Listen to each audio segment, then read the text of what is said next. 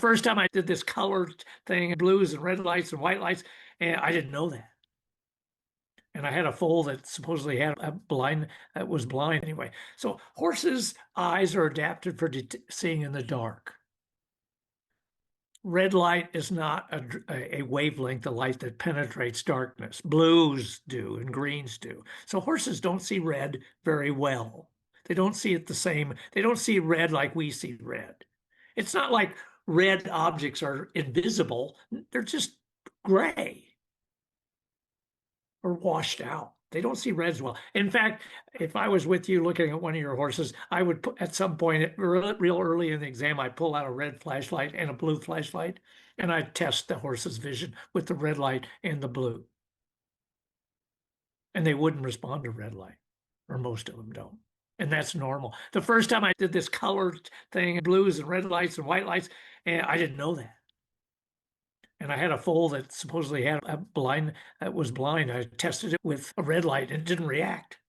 I didn't know they couldn't see that. And I tested the mare too, and it couldn't see red light either. And I thought, oh, wow, I've discovered a big deal here. No.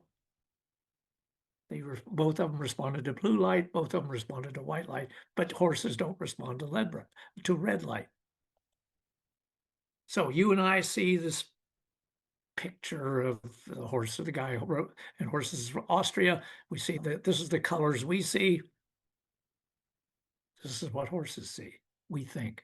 Now, how do we know this? Because you can biochemically test the cells in the retina, and we know what compounds are found in the retinas of animals that we know, like us, that can see red, and you don't find those red proteins in the horse retina, so we assume they can't see red. And behavioral studies point that out too. But anyway, no red. The darkness, this is what you and I see if you turn the lights off. This is what horses see. They have very good night vision. Why? Because they have a lot of cells that are called rods that work in the night.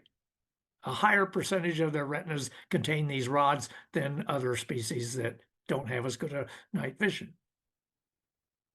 Which breed of horses don't have? Which breed of horse has a high percentage of horses of which breed have congenital night blindness?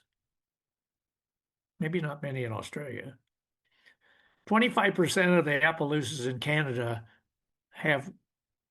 the Canadians believe have congenital stationary night blindness. They're born with it. It never changes. They can see fine in the daytime. Their eyes look normal, but they can't see at night.